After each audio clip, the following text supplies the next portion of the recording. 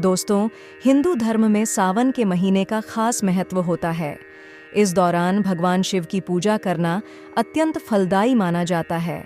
अगर इस शुभ माह में आपको सपने के दौरान कुछ खास चीजें दिख जाएं, तो यह कई प्रकार के संकेत देता है। आज हम आपको कुछ ऐसे स्वप्न के बारे में बताएंगे जिनका सावन में दिखना गुड लक का संकेत माना जाता है। दोस्तों, सावन का महीना बेहद खास होता है। यह पूरा माह भगवान शिव को समर्पित होता है। ऐसे में शिव भक्त इस दौरान शिव जी और माता पार्वती की विधि विधान से पूजा करते हैं। इस महीने के दौरान सोमवार के व्रत, कांवड़ यात्रा और सावन शिवरात्रि भी पड़ती है, जो अत्यंत फलदायी होती है। जो भक्त श्रद्धापूर्वक सावन के नियमों का ख्याल रखते हैं, व्रत करते हैं और भगवान शिव पूजा करते हैं, उन पर हमेशा शिवजी की कृपा बनी रहती है। वहीं इस महीने में सपनों में कुछ खास चीज़ों का दिखना बेवजह नहीं होता है। ये हमें कई प्रकार के संकेत देते हैं। ऐसे में आज हम आपको बताएंगे कि सावन के दौरान किन चीज़ों का सपने में आना गुड लक माना जाता है। हम रात में सोते वक्त कई प्रकार के सपने देखते हैं, लेकिन अगर सावन के महीने में आपको स्वप्न में नाग देवता दिखाई देते हैं, तो यह कोई आम स्वप्न नहीं होता है। नाग का दिखना हमें कई प्रकार के संकेत देता है। मान्यता है कि अगर किसी व्यक्ति को सपने में नाग देवता फन उठाए दिख जाएं, तो यह बहुत शुभ संकेत होता है। इसका अर्थ है कि आपको जल्द ही कोई सुख समाचार मिल सकता है। साथ ही इसे संपत्ति से जुड़े लाभ का संकेत भी माना जाता है। ऐसे में अगले दिन सुबह जल्दी उठकर भगवान शिव की विधि विधान से पूजा करनी चाहिए और जीवन में सुख समृद्धि की कामना करनी चाहिए। सपने में नाग का दिखना आपके जीवन में सकारात्मक बदलाव आने का संकेत भी हो सकता है। सावन के महीने में अगर आप सपने में खुद को किसी पवित्र नदी में स्नान करते हुए देखते हैं, तो इसे भी बहुत शुभ स्वप्न माना जाता है। इसका अर्थ होता है कि आपके जीवन में खुशियां दस्तक देने वाली हैं। साथ ही घर में सुख समृद्धि बनी रहेगी। सावन के महीने में सपने में खुद को गंगा या किसी पवित्र नदी में स्नान करते देखना पापों से मुक्ति मिलने का संकेत भी हो सकता है। साथ ही इससे आपको जीवन की समस्याओं से भी निजात मिल सकती है। इस प्रकार का सपना जीवन में एक नई शुरुआत का संकेत भी हो सकता है। ऐसे में सावन के दौरान भगवान शिव की श्रद्धापूर्वक पूजा अर्चना करनी चाहिए और सात्विक भोजन करना चाहिए। अगर आपको सावन के महीने में या शिवरात्रि से कुछ समय पहले सपने में रुद्राक्ष नजर आता है, तो इसे आम समझने की भूल न करें। मान्यता है कि रुद्राक्ष का संबंध भगवान शिव से होता है। ऐसे में सपने में इसे देखना इस बात का संकेत हो सकता है कि शिवजी की विशेष कृपा आप पर बनी हुई है। इस सपने का अर्थ होता है कि अगर आपके जीवन में कोई समस्या चल रही थी, तो अब जल्द ही उससे निजात मिलने वाली है और आपके बिगड़े काम बनने लगेंगे। मान्यता है कि ऐसा सपना मान सम्मान में वृद्धि और धन लाभ का संकेत भी देता है। सावन के महीने में शिवजी की पूजा करने का खास महत्व होता है। वहीं इस दौरान अगर सपने में आपको शिवलिंग के पास सांप नजर आ जाए, तो इसे बेहद शुभ संकेत माना जाता है। इसका अर्थ होता है कि आपका अच्छा भाग्य शुरू होने वाला है और आपको जीवन के दुखों से भी निजात मिल सकती है। ऐसा सपना देखने का मतलब होता है कि आपके जीवन में आने वाली बाधाएं दूर होंगी और करियर में सफलता हासिल हो सकती है। इस स्वप्न का अर्थ यह भी माना जाता है कि भगवान शिव की कृपा आप पर बनी हुई है और आपकी कोई इच्छा पूर्ण हो सकती है। सावन माह में शिवलिंग पर बेलपत्र अर्पण करने से सभी तरह के पापों का नाश होता है। शिवजी को धतूरा और बेलपत्र के अलावा आख, अकंद या मदार का फूल भी काफी प्रिय होता है। शिवजी की पूजा में इस फूल का मुख्य रूप से इस्तेमाल होता है। इस पौधे को समृद्धि, शांति और संतुलन वाला पौधा कहा जाता है। सावन माह में इसे शिवलिंग पर चढ़ाने से रोग और कष्ट से छुटकारा मिलता है। शिवजी को लाल रंग का गुड़हल का फूल भी काफी प्रिय होता है। इस फूल को शिवलिंग पर अर्पित करने से जीवन में सकारात्मकता, उत्साह और समृद्धि आती है। सावन के महीने में शिवलिंग पर मोगरा और चमेली का फूल अर्पित करना शुभ माना जाता है।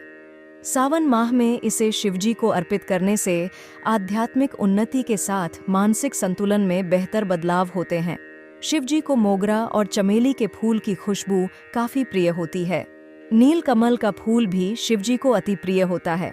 सावन के महीने में इस फूल को शिवलिंग पर अर्पण करने से सभी तरह की बाधाएं दूर होती हैं। ये शिवजी के साथ विष्णु जी का भी प्रिय फूल होता है। नीलकमल फूल को शांति और सौभाग्य का पौधा माना जाता है। शेवंती के फूल, जिसे गुलदावदी के नाम से भी जाना जाता है, ये फूल सुंदरता और श्रद्धा का प्रतीक होता है। शिवलिंग पर इसे अर्पण करने से घर में सुख समृद्धि आती है। सावन माह में शिव भगवान को ये सभी फूल अर्पण करने से विशेष कृपा प्राप्त होती है। हिंदू शास्त्रों के मुताबिक प्रत्येक सोमवार शिवलिंग पर जल और बेलपत्र अर्पित करना शुभ माना जाता है। ऐसा करने से भगवान शिव को शीतलता मिलती है। वही बेलपत्र भगवान शिव को काफी प्रिय है। अगर इसे विधिपूर्वक शिवलिंग पर अर्पित किया जाए तो व्यक्ति के जीवन से दुख और दरिद्रता खत्म हो जाते हैं और उसे भगवान शिव का आशीर्वाद प्राप्त होता है। प्रत्येक सोमवार ब्रह्म मुहूर्त में उठकर स्नान आदि के बाद शिव मंदिर जाएं और शिवलिंग पर शुद्ध जल अर्पण करें। इसके बाद ताज़े और हरे बेलपत्र पर ओम नमः शिवाय मंत्र लिखकर भगवान शिव को अर्पित करें। ऐसा करने से भगवान शिव अपने भक्तों से काफी प्रसन्न होते हैं और उनको सुख समृद्धि का आशीर्वाद प्रदान करते हैं। शिवलिंग पर बेलपत्र चढ़ाने से शिवजी की तीसरी आंख को शीतलता मिलती है। बेलपत्र अर्पित करने से नकारात्मक ऊर्जा से छुटकारा मिलने के साथ जीवन में आने वाली बाधाओं से छुटकारा मिलता है। धार्मिक मान्यताओं के मुताबिक बेलपत्र चढ़ाने से अकाल मृत्यु और रोगों से मुक्ति मिलती है। बेलपत्र का उल्लेख स्कंद पुराण, शिव महापुराण और पद्म पुराण में भी है। खासतौर सावन के पवित्र महीने में शिवलिंग पर बेलपत्र अर्पण करने से सभी तरह की मनोकामनाएं पूर्ण होती हैं।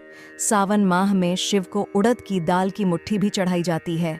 मान्यता है कि यह धन, ऐश्वर्य और सुख समृद्धि को बढ़ाने वाली होती है और इससे सभी तरह के दुखों का नाश हो जाता है।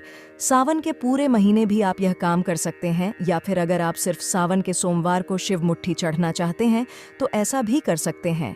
लेकिन यह याद रहे, यह 5 चीजें एक साथ मिलाकर नहीं चढ़ानी है, बल्कि इन 5 अनाजों को एक एक मुट्ठी करके आपको शिवलिंग पर अर्पित करना है। इसके बाद एक घी का दीपक जलाकर अपनी मनोकामना मांगनी है। तुलसी का पौधा घर में सकारात्मक ऊर्जा लाता है और नकारात्मकता को दूर करता है। सावन के महीने में वातावरण में विशेष ऊर्जा होती है। ऐसे में तुलसी की उपस्थिति घर के माहौल को शांतिपूर्ण और खुशहाल बनाती है। तुलसी भगवान विष्णु को अत्यंत प्रिय है और उन्हें हरिप्रिया भी कहा जाता है। सावन में भगवान विष्णु योग निद्रा में होते हैं। ऐसे में तुलसी की पूजा से उनकी विशेष कृपा प्राप्त होती है। साथ ही तुलसी में माता लक्ष्मी का भी वास माना जाता है, जिससे घर में धन धान्य की वृद्धि होती है। धार्मिक मान्यताओं के अनुसार रोजाना तुलसी को जल चढ़ाने और उसकी पूजा करने से व्यक्ति के समस्त पापों का नाश होता है। मृत्यु के समय मुख में गंगा जल के साथ तुलसी डालने से आत्मा को शांति और मोक्ष की प्राप्ति होती है। ज्योतिष शास्त्र के अनुसार तुलसी में जल चढ़ाने से कुंडली में मौजूद कई ग्रह दोषों का शमन होता है। विशेषकर बृहस्पति ग्रह से संबंधित दोष दूर होते हैं। सावन में सच्ची श्रद्धा से तुलसी की पूजा करने से भक्तों की सभी मनोकामनाएं पूर्ण होती हैं। अपनी विशेष इच्छाओं की पूर्ति के लिए तुलसी माता से प्रार्थना करना अत्यंत फलदायी माना जाता है। तुलसी के औषधीय गुण भी इसे धार्मिक महत्व प्रदान करते हैं। यह हवा को शुद्ध करती है और नेचुरल एंटीसेप्टिक भी है, जो इसे घर के लिए एक पवित्र और लाभकारी पौधा बनाता है। सावन का महीना वर्षा ऋतु का होता है, जिसमें तुलसी तेजी से बढ़ती है, जो इसे लगाने के लिए उत्तम समय बनाता है। सावन में सोमवार के व्रत जरूर करें। सोमवार के व्रत करने और अपने मनोकामना भोलेनाथ और माता पार्वती के समक्ष रखने से शीघ्र फल की प्राप्ति होती है। सावन में भोलेनाथ और माता पार्वती की आराधना करें, उन्हें सिंदूर, कुमकुम अर्पित करें। लगातार 10 दिनों तक शिवलिंग पर इत्र अर्पित करें। सावन सोमवार को शिवलिंग पर 5 नारियल चढ़ाएं और ओम श्रीं वर प्रदाय श्री नमः का जाप करें। जिन कन्याओं के विवाह में देरी हो रही हो, विवाह के लिए योग्य कुंवारी लड़कियां सावन सोमवार के दिन बाल्टी में थोड़ा सा गंगा जल डालकर पानी भरें और स्नान करें। इसके बाद ओम नमः शिवाय मंत्र का जाप करें। किसी लड़के के विवाह में अड़चन आ रही है तो सावन के सोमवार पर शिवलिंग पर केसर मिला हुआ दूध चढ़ाएं। इससे शीघ्र ही आपके विवाह के योग्य बनने लगेंगे। सावन में शादी के कई उपाय किए जाते हैं। भोलेनाथ और माता पार्वती की कृपा पाने के लिए सोमवार के व्रत किए जाते हैं। सावन में पीले वस्त्र शुभ माने जाते हैं, खासकर विवाह योग्य लोगों के लिए। दोस्तों, शिव को इतना प्रिय क्यों है बेलपत्र? बेलपत्र से जुड़ी पौराणिक कथाएं। दोस्तों, पौराणिक मान्यताओं के अनुसार इसके पीछे 2 कथाएं प्रचलित हैं।